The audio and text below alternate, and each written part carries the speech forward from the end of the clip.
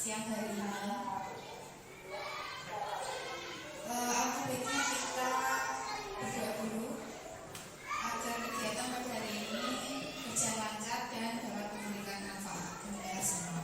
Berdoa menurut agama masing-masing dimulai.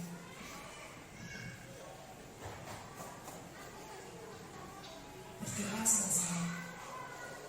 Untuk selanjutnya, sebelum kita masuk ke acara, kita akan menyanyikan dulu lagu Indonesia Raya kepada Bapak Ibu di persilakan untuk berdiri di atas.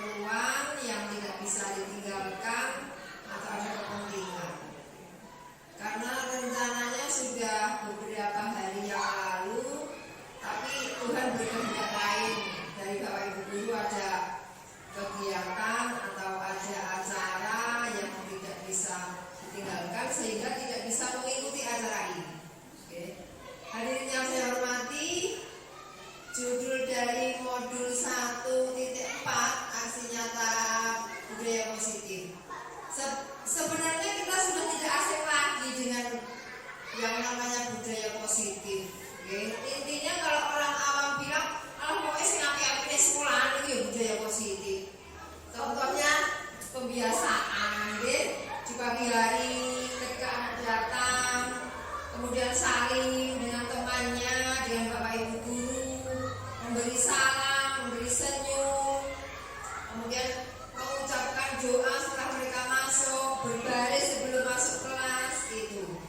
Kebiasaan-kebiasaan atau budaya-budaya positif.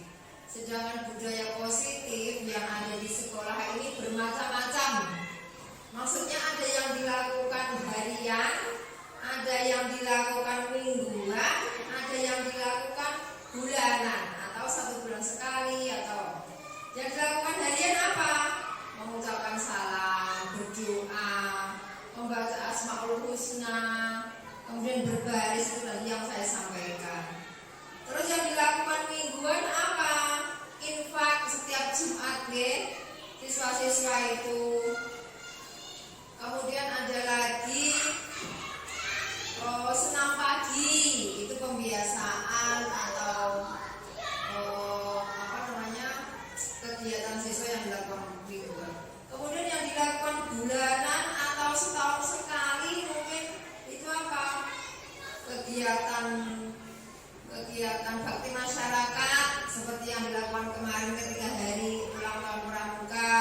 Kemudian ada lagi bersih-bersih lingkungan gitu ya. Terus lagi misalnya kalau ada temannya yang kena wabah DB, dilakukan kebersihan, dilakukan dilakukan semprotan dan puskesmas itu.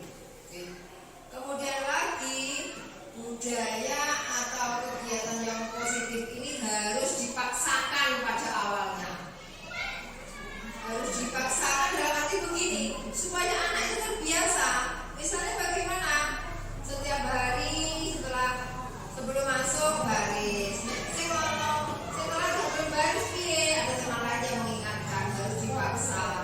Kemudian lagi misalnya mengiur atau memberikan infak untuk sedekah itu yang setiap hari Jumat.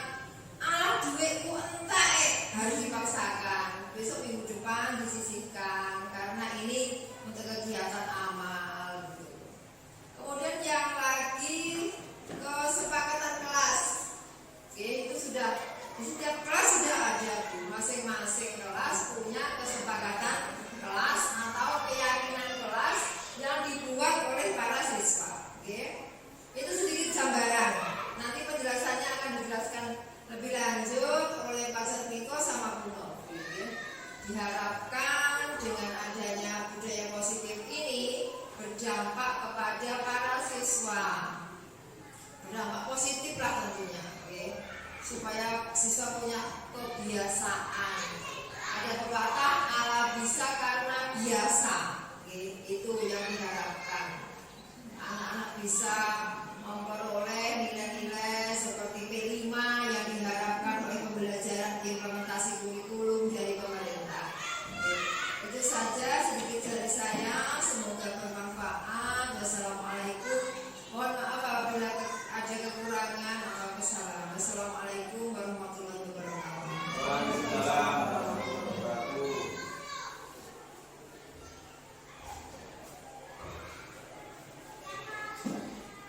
Acara selanjutnya kita akan langsung saja mendengarkan pemaparan presentasi tentang budaya positif dari narasumber kita hari ini, yaitu Bu Novi dan Pak Setmiko. Untuk yang pertama saya silakan Bu Novi untuk memulai pemaparannya. Baiklah, izinkan saya panggil dulu ya Bapak Ibu. Pergi ke toko membeli parfum, dapat hadiah sepotong coklat. Saya ucapkan assalamualaikum. Semoga presentasi ini bermanfaat. Baik Mas, untuk sebelum memulai acara ini kita kasih briefing dulu ya, biar semangat semua.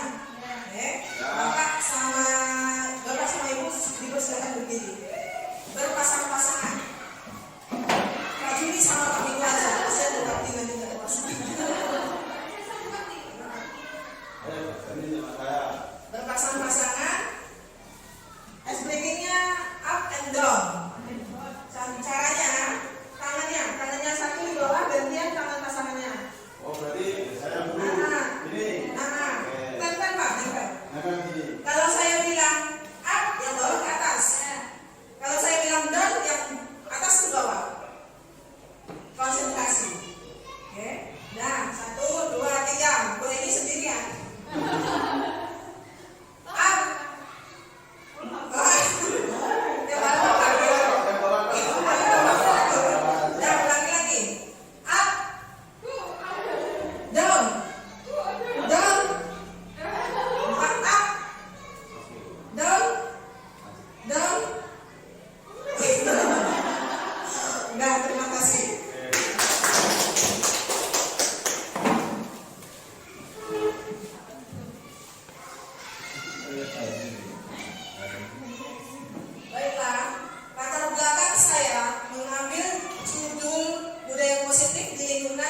SD Gerowlang adalah sekolah ini adalah tempat di mana siswa tidak hanya memperoleh ilmu pengetahuan, tetapi juga mengembangkan karakter dan sikap positif yang akan membentuk mereka sebagai individu yang bertanggung jawab dengan latar belakang siswa yang berjumlah hanya 60 orang dan memiliki karakter yang beragam serta berada di lingkungan pedesaan.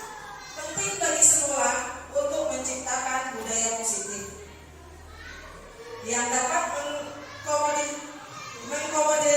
mengakomodasikan perbedaan ini dan mendorong perkembangan holistik. Tujuannya, satu, mewujudkan pembelajaran yang berpihak pada murid. Yang kedua, menciptakan lingkungan yang nyaman, aman, dan kondusif untuk belajar. Yang ketiga, mengembangkan karakter siswa yang sesuai dengan profil pelajar Pancasila. Yang keempat, mendorong kolaborasi antar siswa, guru, dan orang tua dalam membentuk budaya positif. Yang kelima, menghargai keberagaman karakter siswa sebagai aset untuk memperkaya pengalaman belajar. Pertanyaan normatif, ini setuju atau tidak setuju? Hukuman dapat mendisiplinkan anak, setuju atau tidak? Tidak. Yang kedua, pemberian hukuman dengan hal positif seperti membaca atau membersihkan halaman sekolah dapat meningkatkan disiplin anak, setuju atau tidak? Setuju. Yang ketiga, memberi penghargaan dapat meningkatkan motivasi belajar anak.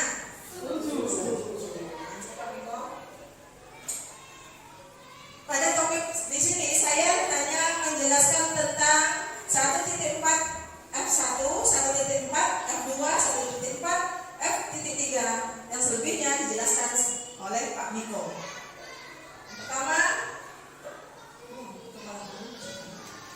Yang pertama disiplin positif dan nilai-nilai kebajikan universal.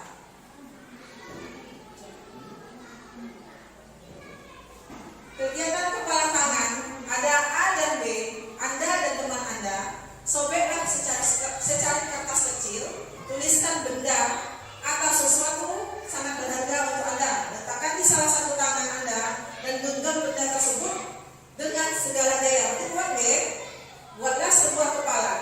Teman Anda yang B akan mencoba dengan sekuat tenaga dengan berbagai cara untuk meminta Anda memberikan benda tersebut. B bisa membujuk, mengancam, menghardik, merayu, menyuap apa saja agar dapat membuka kepala tangan Anda. Apa yang terjadi? Ada nomor 1, ilusi guru mengontrol murid, perubahan paradigma teori kontrol atau teori pilihan atau ilusi kontrol. 1, ilusi guru mengontrol murid. Yang kedua, ilusi bahwa kritik dan membuat orang merasa bersalah dapat menguatkan karakter. Yang ketiga, ilusi bahwa semua penguatan positif, efektif, dan bermanfaat. Yang keempat, ilusi bahwa orang dewasa memiliki hak untuk memaksa. Siapa sesungguhnya yang memiliki kontrol? Yang stimulus respon. Kita mencoba mengubah orang agar berpandangan sama dengan kita. Teori kontrol pemilihan, kita berusaha memahami pandangan orang lain tentang kita. Berarti tidak bisa ya kita mengubah pandangan orang ya. Yang stimulus respon, perilaku buruk dilihat sebagai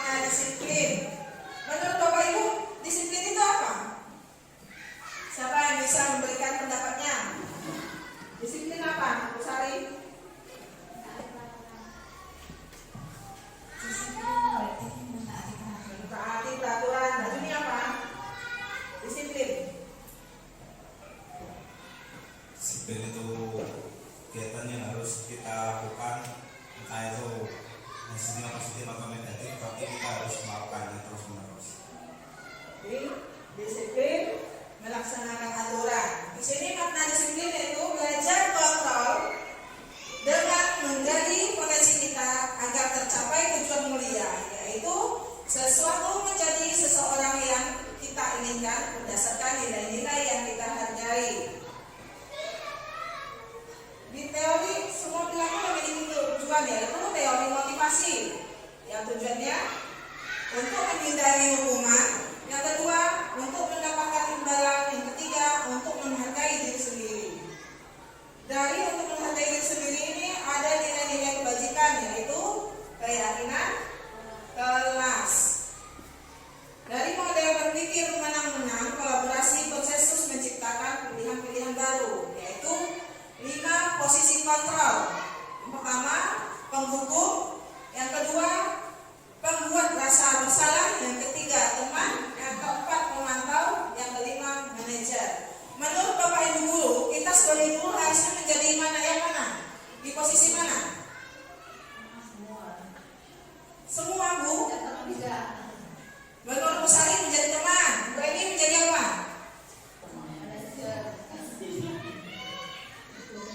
Menurut Bu Eni menjadi apa? 5 posisi kontrol.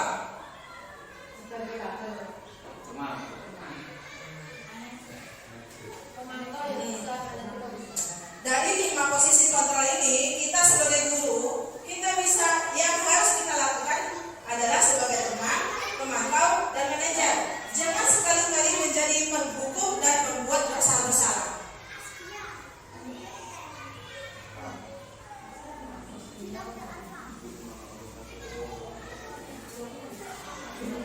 Disiplin positif adalah pendekatan yang mengutamakan pengembangan kesadaran diri dan tanggung jawab pada siswa dengan fokus pada pembelajaran daripada hukuman.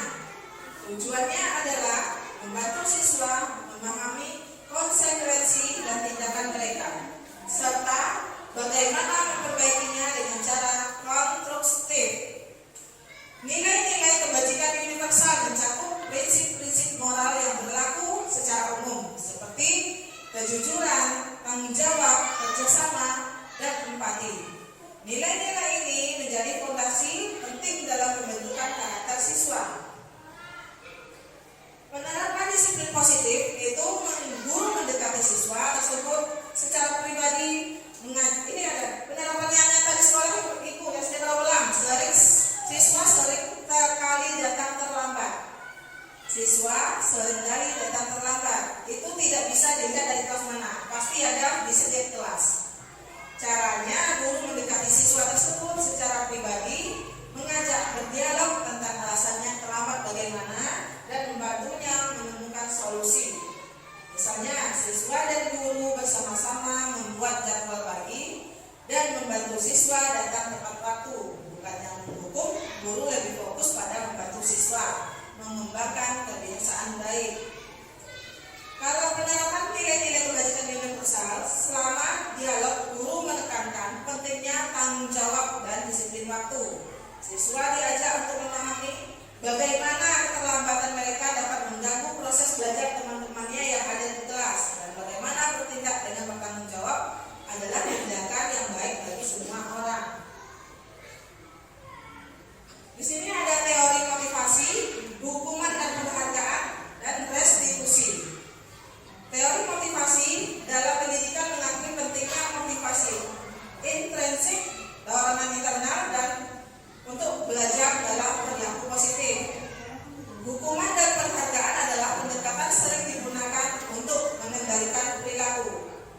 Restitusi namun dalam disiplin positif pendekatan ini diganti oleh konsep restitusi, di mana siswa belajar memperbaiki kesalahan mereka.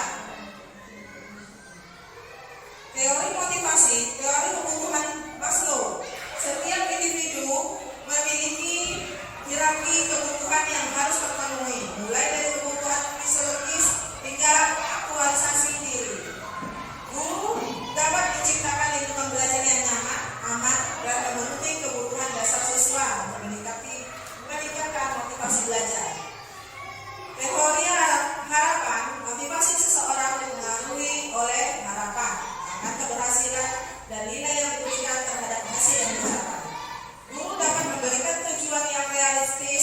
umpan balik yang konstruktif, dan penghargaan yang sesuai untuk meningkatkan harapan siswa. Teori keadilan, individu cenderung membandingkan kontribusi dan hasil yang mereka dapatkan dengan orang lain. Guru perlu memastikan bahwa semua siswa mendapatkan perlakuan yang adil dan kesempatan yang sama untuk berprestasi. Hukuman dan penghargaan. Hukuman dan penghargaan sering digunakan sebagai alat untuk mengelola perilaku siswa. Hukuman adalah tindakan yang diberikan sebagai konsekuensi dari perilaku yang tidak diinginkan. Contohnya penurunan nilai, penahanan, atau skorsing. Dampaknya dapat memicu rasa takut, marah, atau dendam pada siswa. Solusi: gunakan hukuman yang proporsional, jelaskan alasan hukuman, dan berikan kesempatan bagi siswa untuk memperbaiki diri. Penghargaan, tindakan yang diberikan sebagai pengakuan atas perilaku yang positif. Contoh, ujian, hadiah, atau sertifikat.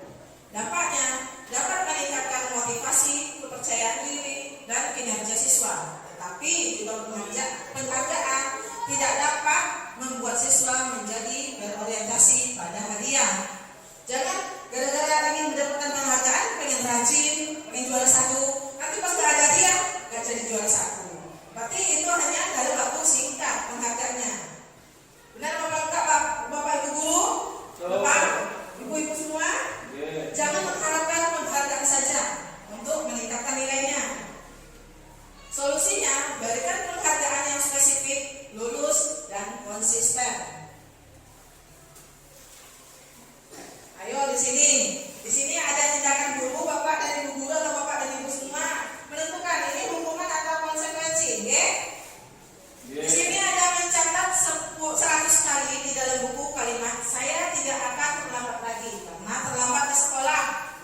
Ini hukuman atau konsekuensi? Ayo Bu, ini hukuman atau konsekuensi? Hukuman.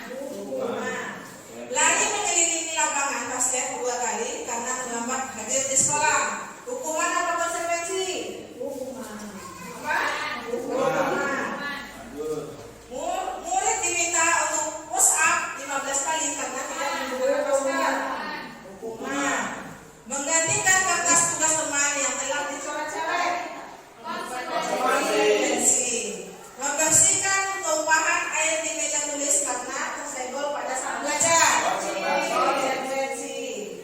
Murid disuruh untuk mengenakan sepatu seharian sekolah karena tidak mengenakan sepatu hitam. Hukuman.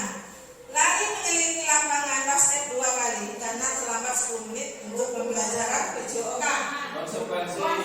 Apa? Konsekuensi. Ayo sama-sama kita lihat jawabannya. Konsekuensi.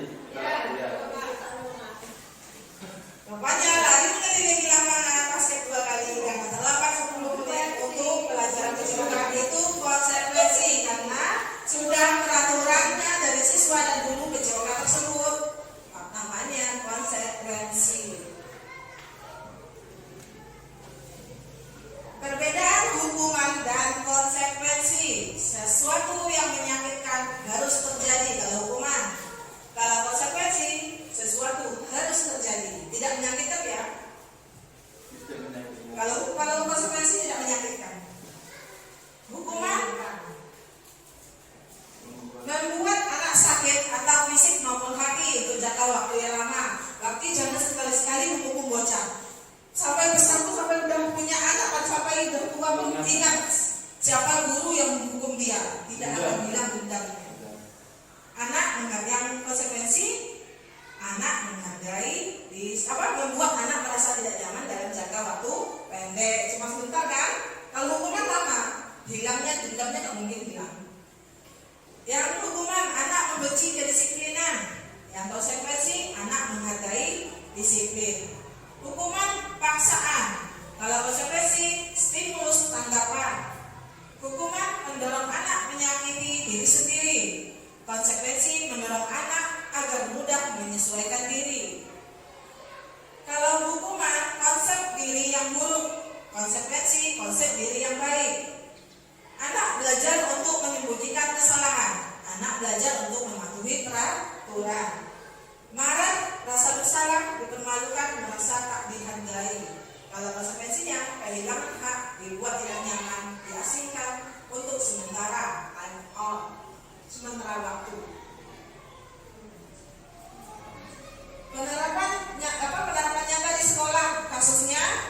siswa merusak alat belajar milik teman. Hukuman dan penghargaan. Alih-alih memberi hukuman atau penghargaan, guru menerapkan restitusi.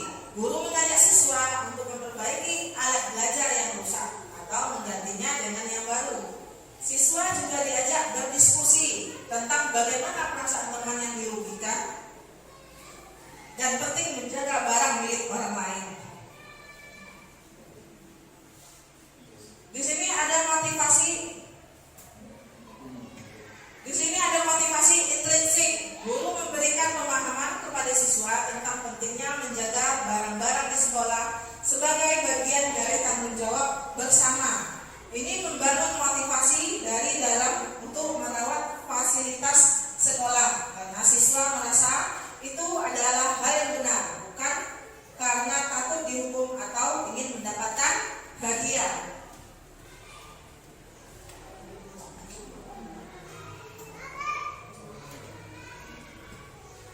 Di sini saya akan menjelaskan tentang keyakinan kelas. Apa itu keyakinan kelas? Keyakinan kelas adalah seperangkat nilai-nilai atau prinsip-prinsip yang disepakati bersama oleh seluruh anggota kelas, baik siswa maupun guru. Ini adalah semacam perjanjian atau janji yang dibuat bersama untuk menciptakan suasana belajar yang positif, aman, dan produktif. Keyakinan kelas ini menjadi pedoman tingkah laku sehari-hari di dalam kelas, sehingga semua anggota kelas merasa memiliki tanggung jawab atas terciptanya lingkungan belajar yang kondusif. Mengapa keyakinan kelas penting di sekolah dasar? Yang pertama, membangun budaya positif. Keyakinan kelas membangun budaya positif di kelas, di mana setiap individu merasa dihargai, dihormati, dan memiliki peran penting. Yang kedua, meningkatkan disiplin. Dengan adanya keyakinan kelas, siswa lebih mudah memahami aturan dan harapan yang ada, sehingga dapat meningkatkan disiplin diri. Yang ketiga, meningkatkan rasa tanggung jawab. Keyakinan kelas mendorong siswa untuk bertanggung jawab atas tindakan mereka dan terhadap lingkungan sekolah atau kelasnya mereka masing-masing. Meningkatkan keterlibatan siswa. Ketika siswa merasa terlibat dalam perbuatan keyakinan kelas, mereka akan lebih termotivasi untuk mematuhi keyakinan kelas yang telah dibuat. Yang kelima, memperkuat hubungan sosial. Keyakinan kelas membantu memperkuat hubungan sosial antara siswa dan guru serta di antara siswa sesama siswa atau sesama mereka. Di sini ada perbedaannya peraturan dan keyakinan kelas. Peraturan yang pertama, selalu kembalikan buku ke tempatnya. Di keyakinan kelasnya, tanggung jawab. Yang kedua, dilarang mengganggu orang lain. Keyakinan kelasnya, menghormati orang lain. Yang ketiga, hadir di sekolah 15 menit sebelum pembelajaran dimulai. Yang keyakinannya adalah menghormati orang lain dan berkomitmen. Dilarang melakukan kekerasan. Itu adalah keyakinan kelasnya apa? Keselamatan dan menghormati orang lain. Dilarang menggunakan narkoba, kesehatan, bergantian atau menunggu giliran, menghormati orang lain atau bersabar. Gunakan masker, kesehatan, keselamatan. Jangan berlari di kelas atau koridor, keselamatan, keamanan. Ini dokumentasi pembuatan keyakinan kelas 5. Di sini siswa diminta menuliskan keyakinan kelas apa yang mau dipakai di kelas 5 ini. Siswa memberikan pendapatnya. Siswa menempelkan di sini, dan saya sebagai guru melihat keputusan apa atau keyakinan kelas mana yang dipilih sama siswa kelas 5. Terjadilah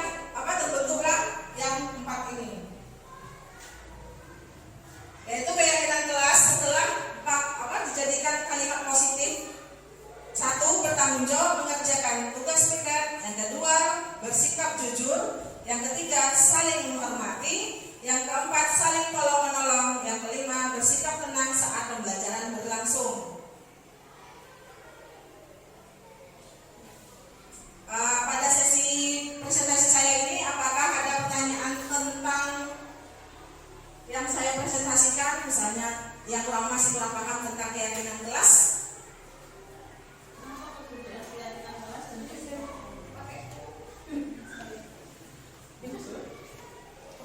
Juga Bapak.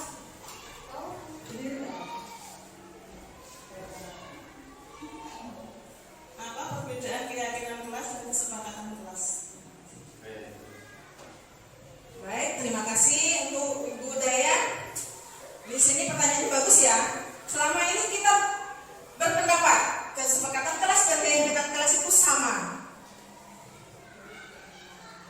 Ya, terima kasih atas pertanyaan dari Ibu Daya, wali kelas anggota komite, yaitu wali kelas dari kelas 3 dari siswa yang bernama Amri.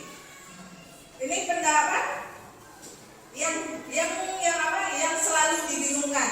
Selalu kita mikir keyakinan kelas dan kesepakatan kelas itu sama. Setelah saya mempelajari 2 bulan ini tentang, bukan 2 bulan, selama modul 1.4, keyakinan kelas dan kesepakatan kelas ada perbedaannya. Keyakinan kelas adalah peraturan atau kesepakatan yang kita buat tanpa adanya sanksi atau hukuman perjanjian. Kalau kesepakatan di dalamnya ada sanksi atau hukuman. Seperti yang tadi, siapa yang telat dihukum atau bersanksi. Konsekuensinya lari. Kalau pas pelajaran PJOK, kalau pas pelajaran saya, kalau misalnya kesepakatan kelas, siapa yang terlambat disuruh nyanyi Indonesia Raya nyanyi nasional di depan kelas. Itu kesepakatan kelas. Kalau keyakinan kelas tidak ada dalamnya sanksi atau hukuman. Apakah ada lagi? Dari Bu Hei. Penerapannya di kelas, misalnya untuk yang keyakinan kelas itu seperti apa? Penerapannya di kelas seperti yang tadi. Misalnya tanggung jawab. Tadi kan keyakinan kelas 5 ada tanggung jawab. Seperti yang diberikan contoh tadi, tanggung jawab. Misalnya sudah memakai buku dari sekolah atau buku perpustakaan, harus mengembalikan ke tempatnya lagi. Kalau kesepakatan kelas ya tadi ada konsekuensinya. Misalnya menumpahkan bisa mengganti teman atau merusak punya teman, konsekuensinya apa? Itu kesepakatan kelas. Nah, yang namanya keyakinan kelas ini tidak ada hukuman atau sanksi. Beda lagi dengan kesepakatan kelas, ada hukuman dan sanksi. Ada lagi? Dari Pak Juni udah? Udah? Bu Eni? Udah? Baiklah, kita lanjut ke sesi berikutnya yang akan dipresentasikan oleh Pak Jatmiko dari guru kelas 3. Kami persilakan.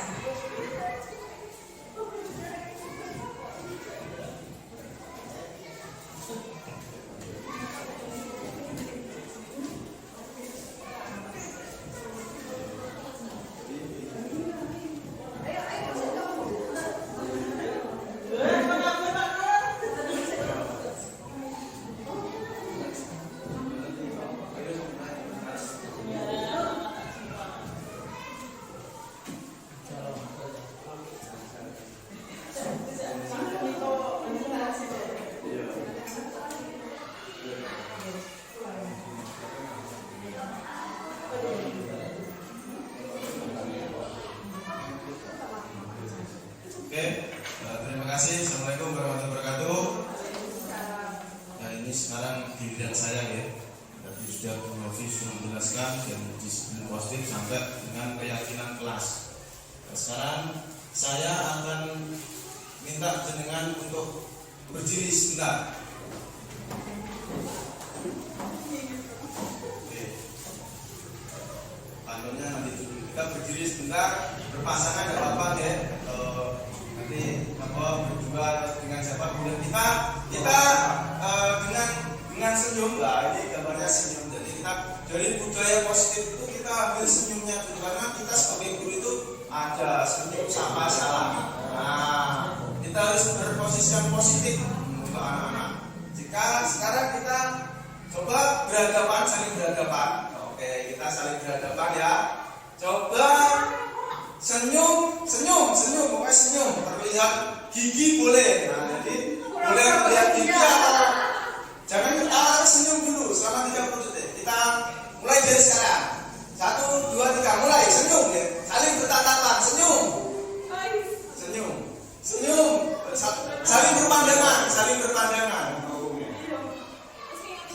pandangan. Oke? Sudah? Oke.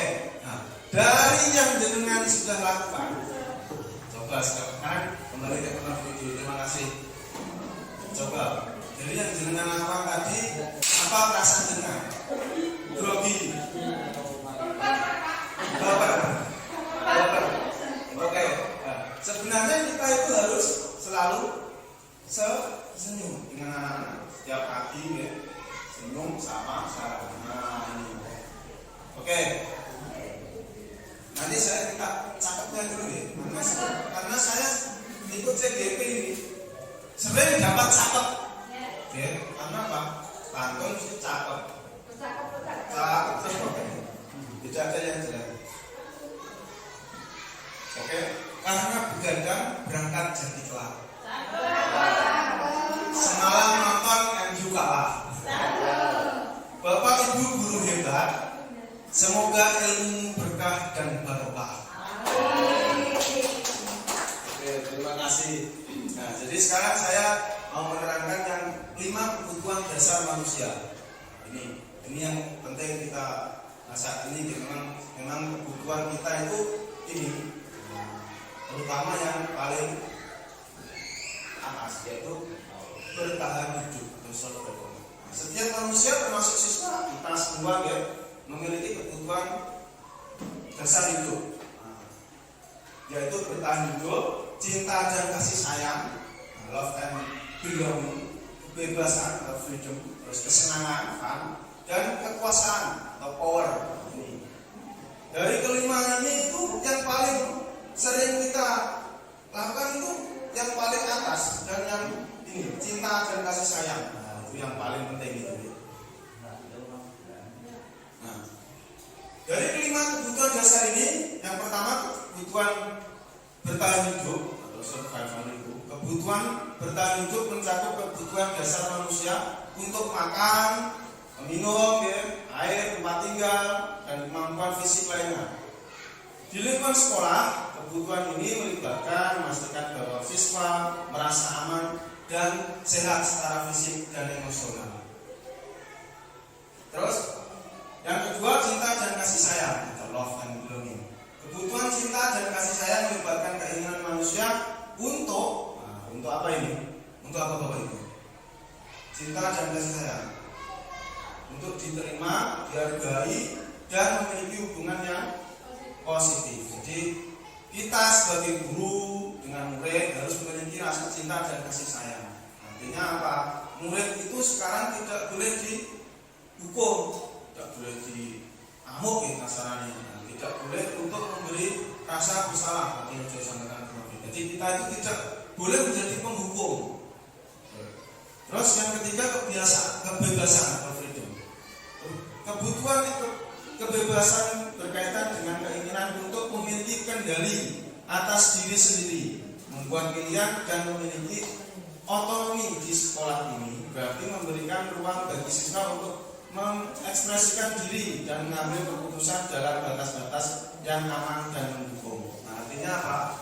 Murid-murid ini punya kebebasan tersendiri. Artinya biasanya dia itu ingin, kalau gurunya tidak di kelas, biasanya dia ingin bermain bersama temannya di kelas. Nah, semacam ini dia ingin bebas.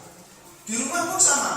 Biasanya main HP dilarang ibu dilarang pasti gue jengkel. Nah, hal semacam ini anak itu sebenarnya ingin bebas, ingin freedom, ingin bebas. Artinya dia, saya ingin setelah dari sekolah sudah pusing pelajaran dan di rumah pengen main HP. Nah, semacam itu anak itu ingin bebas, Terus yang keempat itu kesenangan. Dari kesenangan ini kebutuhan manusia untuk mengalami kebahagiaan, kenikmatan dan kesenangan. Di sekolah kebutuhan ini dapat dipenuhi melalui pembelajaran yang menyenangkan dan kegiatan yang menghibur. Betul ini ya. Jadi saya itu setelah ikut CGP sering tepuk-tepuk tangan sama anak-anak sekarang ini, sering nyanyi. Biar anak apa? Biar senang.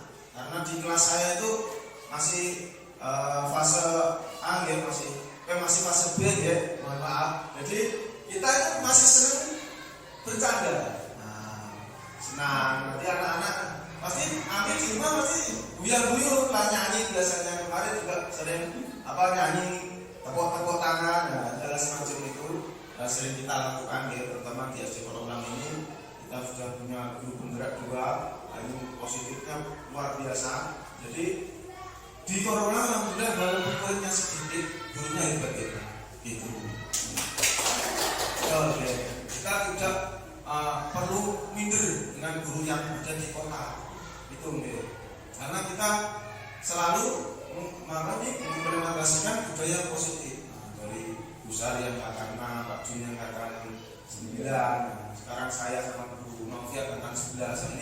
Ini yang saya lakukan untuk kesenangan di kelas itu sudah ada hal yang positif. Terus yang kelima, kekuasaan atau power. Kekuasaan di sini menunjuk pada kebutuhan merasa mampu memiliki prestasi atau pengakuan dan penghargaan. Ini bukan tentang dominasi atau tentang pengembangan rasa percaya diri dan pengakuan atas usaha dan pencapaian individu. Artinya apa ini? Murid itu ingin dihargai lebih di sekolah, di rumah. Walaupun anak ini kurang mampu di sekolah, nilainya kurang atau apa gitu. Di rumah itu jangan diyakini. Kita harus memotivasi anak ini agar apa? Agar anak tersebut kalau dia seumpama dapat nilai yang kurang baik, dia termotivasi untuk lebih baik lagi. Bukan malah kita menjadi penghukum atau menghakimi anak tersebut. Nah ini kita dari 5 kebutuhan dasar ini bertahan hidup, cinta dan kasih sayang, kebebasan, kesenangan dan kekuasaan. Nah, ini sudah saya lakukan di kelas saya pertama ya. Setiap hari Jumat itu anak membawa bekal gitu ya. Jadi ini yang saya pakai bukan karena anak-anak merepotkan orang tuanya, tapi memang ini untuk kebutuhan hidup. Jadi kalau anak itu merasa sudah kenyang, makanya hidup itu kalau perut itu kenyang, kita itu fokus, anak fokus. Jadi kalau perutnya kenyang, biasanya anak itu kalau belum sarapan dari rumah pasti aku belum sarapan. Nanti pas saat pelajaran dia tidak fokus. Terus diberi penjelasan gurunya mesti melintro. Karena mungkin di rumah belum sarapan. Biasanya sarapan di sekolah. Karena di sekolah biasanya sarapan istirahat jam 2. Nah seperti itu ya. Jadi memang betul saya itu sudah melakukan hal yang positif untuk anak didik saya yang di kelas 3 terutama untuk membawa bekal. Nah dari kalau sudah perutnya kenyang, anak ini akan fokus. Gurunya juga sama. Saya pun kalau belum sarapan itu biasanya wah itu belum sarapan, belum ngopi gitu. Nah itu biasanya fokusnya kurang.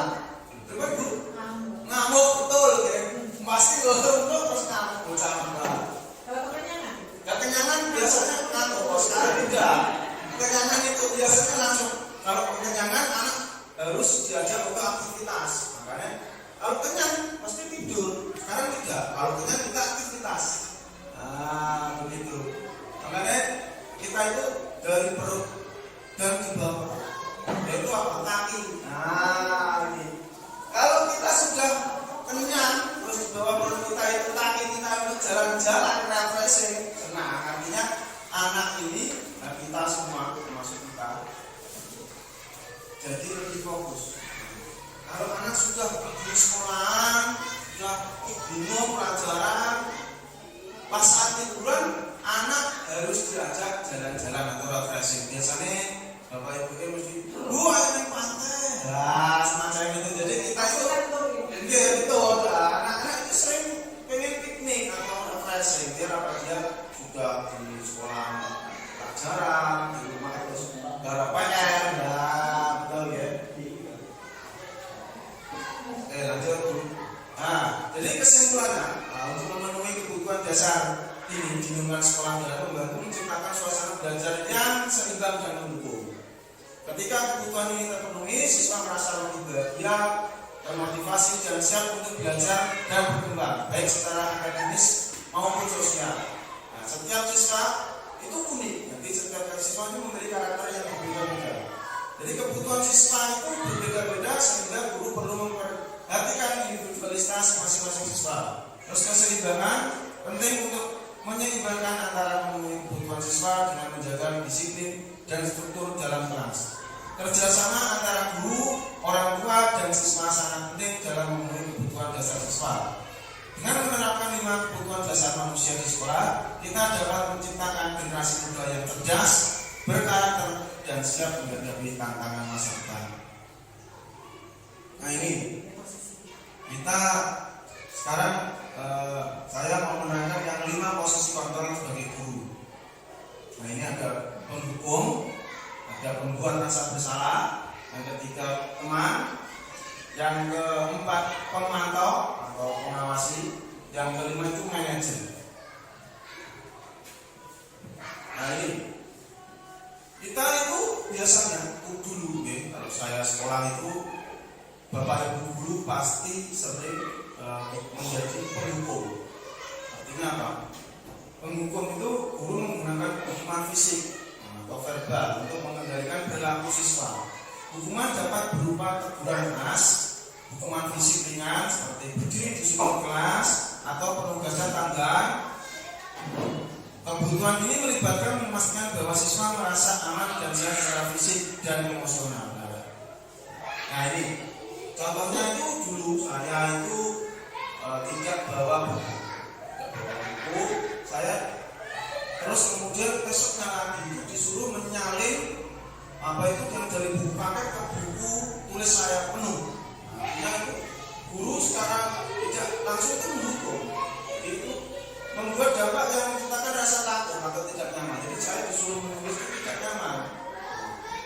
Ada lagi juga dulu itu setiap pagi saat SMP itu harus menuntun sepeda dari gerbang masuk ke apa itu ke sekolah, ke parkiran. Nah, saya itu tengok kanan kiri tidak ada guru, saya naiki sepedanya.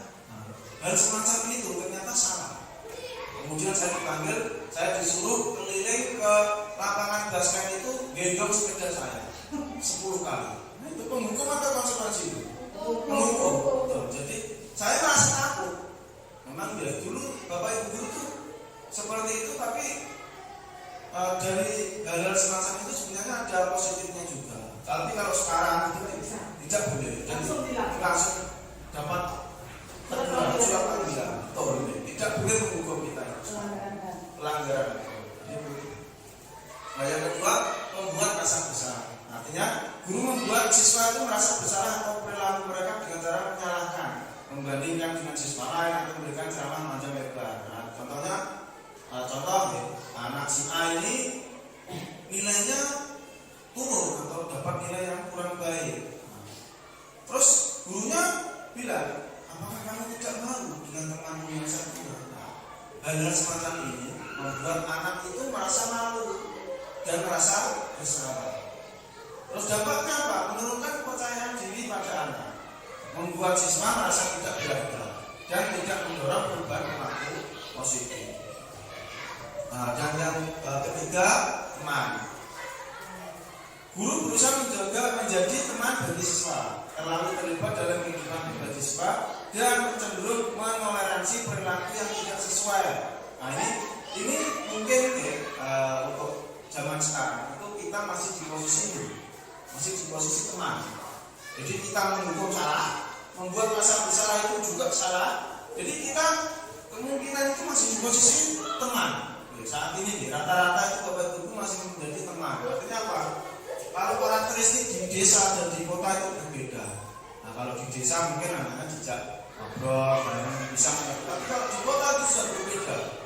Ya artinya anak-anak di kota itu pemikirnya lebih, nah, karena medsos di dunia media sosial itu lebih luas. Jadi di kota itu kalau anak dengan anak main game biasanya terus ngamuk, itu gitu. Biasanya main game malah mesti ngamuk. Nah, hal semacam ini kita itu sebagai guru berusaha menjadi teman dulu. Jadi yang keempat ada pemantau. Nah ini juga kita jadi teman, jadi pemantau dan mengawasi. Guru lebih fokus pada pengawasan dan pemantauan perilaku siswa daripada memberikan bimbingan dan dukungan. Nah, Dampaknya itu dapat menciptakan suasana kelas yang tegang dan tidak menyenangkan, membuat siswa merasa tidak dipercaya dan menghambat perkembangan kemandirian. Itu dua. Dan ini yang terakhir adalah manajer. Jadi karakteristik guru itu sebagai manajer. Guru berperan sebagai fasilitator pembelajaran, menetapkan aturan yang jelas, memberikan konsekuensi yang logis atas pelanggaran, dan memberikan dukungan kepada siswa untuk mencapai potensi terbaik mereka. Nah, ini kita sebagai guru ya, itu sebagai manajer atau kita berperan sebagai fasilitator. Jadi kita tidak boleh menghukum, tidak boleh memberi anak rasa bersalah. Kita harus mengontrol anak tersebut, memfasilitasi. Nah, nanti setelah ini ada stabilan dan jadi kita itu jadi sebagai guru kita itu harus dapat menjadi seorang manajer, tidak hanya menghukum, membuat rasa bersalah, tidak hanya sebagai teman. Jadi mengapa posisi lain kurang efektif? Karena menghukum terus menjadi teman dan pemantau itu dapat yang untuk menghukum itu dapat merusak hubungan guru dan siswa. Nah, tadi sudah disampaikan anak itu akan dendam yang lama, jangka panjang. Terus kalau tenang kita dapat mengaburkan batas antara guru dan siswa. Biasanya kalau kita sebagai teman, nah, siswa itu akan tanpa sengaja itu apa? Nah, ngobrol gurunya biasanya, betul ya? Nah, kurang menghargai gurunya karena kita sebagai teman. Nah, hal semacam ini harus kita batasi. Nanti Bu. Nah, sekarang kita sampai ke restitusi atau segi 3 restitusi. Nah, di sini segi restitusi itu adalah pendekatan yang digunakan untuk membantu siswa memulihkan dan memperbaiki situasi setelah mereka melakukan kesalahan. Pendekatan ini berfokus pada pembelajaran dan pemulihan, bukan pada pemberian hukuman. Segitiga ini terdiri dari menstabilkan identitas, terus memvalidasi tindakan yang salah, dan yang ketiga adalah menanyakan keyakinan. Nah, yang pertama menstabilkan identitas. Nah, langkah pertama ini menstabilkan identitas siswa dengan memastikan mereka merasa aman dan dihargai sebagai individu. Guru menghindari mempermalukan atau menuduh siswa. Terus melainkan membantu mereka memahami bahwa mereka tetap memiliki nilai meskipun telah melakukan kesalahan. Nah, contohnya seorang siswa mengambil barang milik temannya tanpa izin. Ini sering terjadi di biasanya bukan tiket, kemudian pulpen.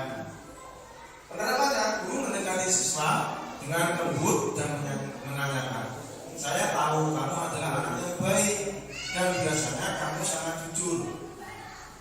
Apa yang terjadi kali ini? Ini membantu siswa merasa dihargai dan tidak langsung merasa disalahkan, sehingga lebih terbuka. Artinya anak ini kita tidak harus langsung menghakimi. Nah, jadi menstabilkan identitas. Yang kedua, memvalidasi tindakan yang salah. Jadi langkah kedua adalah memvalidasi tindakan yang salah dengan cara mengakui bahwa siswa telah membuat pilihan yang salah dan membantu mereka memahami dampak dari tindakan tersebut. Guru tidak menutupi atau mengabaikan kesalahan, tetapi juga tidak berfokus pada menghukum. Nah, contohnya setelah menstabilkan identitas, guru mengatakan atau mengambil barang milik teman tanpa izin bukanlah hal yang benar. Bagaimana perasaan pengambil jika dia mengetahui barang lainnya? Hal-hal semacam ini murid jadi tahu apa yang dia perbuat itu kurang benar atau salah. Jadi mereka tidak harus disalahkan agar mengakui, tapi membuat mereka menjadi anak yang jujur. Terus guru membimbing siswa untuk mengidentifikasi. Yang ketiga ya, keyakinan, menanyakan keyakinan. Langkah ketiga menanyakan keyakinan siswa tentang tindakan yang tepat dan bagaimana mereka bisa memperbaiki situasi. Ini membantu siswa merenungkan nilai-nilai mereka dan mendorong mereka untuk bertanggung jawab atas tindakan mereka sendiri. Contohnya tadi sudah yang dari menstabilkan, terus yang ketiga ini guru bertanya kepada siswa, menurut kamu apa yang bisa kamu lakukan untuk memperbaiki situasi ini?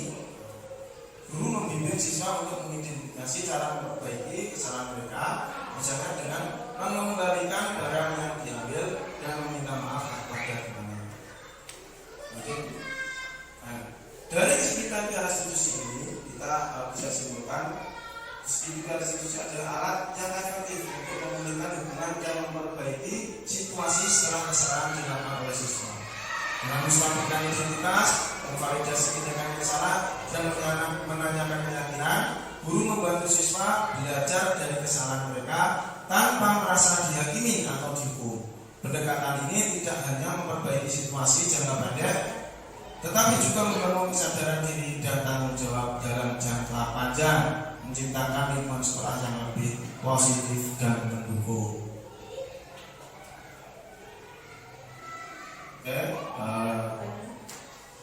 Dari paparan saya ini ada pertanyaan atau tidak?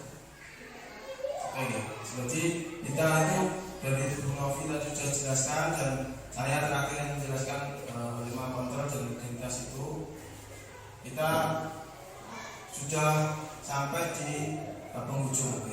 Jadi kita bisa menyimpulkan budaya positif di sekolah SD Korokla ini kita bisa memberikan hal-hal yang positif untuk anak tentunya.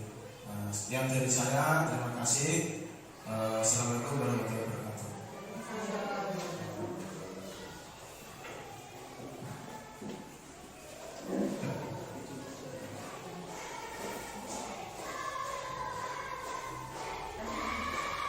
Baiklah Bapak Ibu, ini tadi penjelasan tentang budaya positif yang telah dipaparkan oleh Bapak Jatmiko dan Ibu Novi Dolasari. Semoga apa yang mereka paparkan ini tadi membawa manfaat untuk kita ke depannya nanti ya. Karena jam juga sudah siang, sudah waktunya pulang, marilah kita tutup acara ini dengan bacaan hamdalah bersama-sama. Alhamdulillah.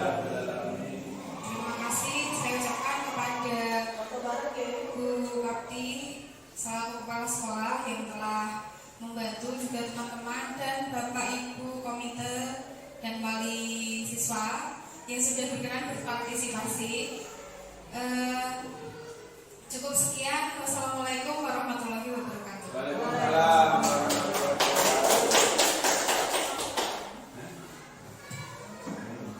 Yuk, mari kita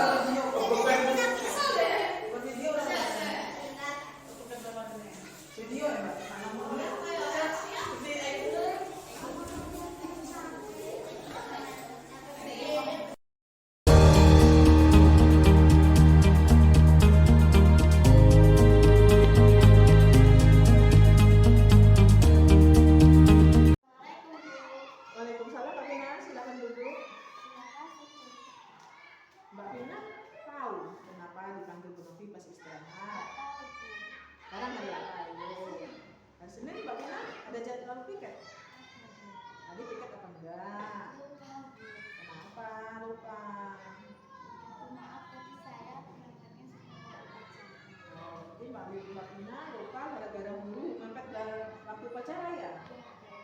Tapi tidak disengaja kan? Ya sama Kak Ibu Novi kalau buru-buru ya lupa Mbak. Ya nggak apa-apa ya, tapi jangan kedepannya jangan gitu ya. Apakah Mbak Tina masih ingat tentang keyakinan kelas kita yang pertama kali kita pas waktu naik kelas 5 kita kan bikin keyakinan kelas. Masih ingat? Apa saja ya? Ada tanggung jawab, disiplin dan jujur.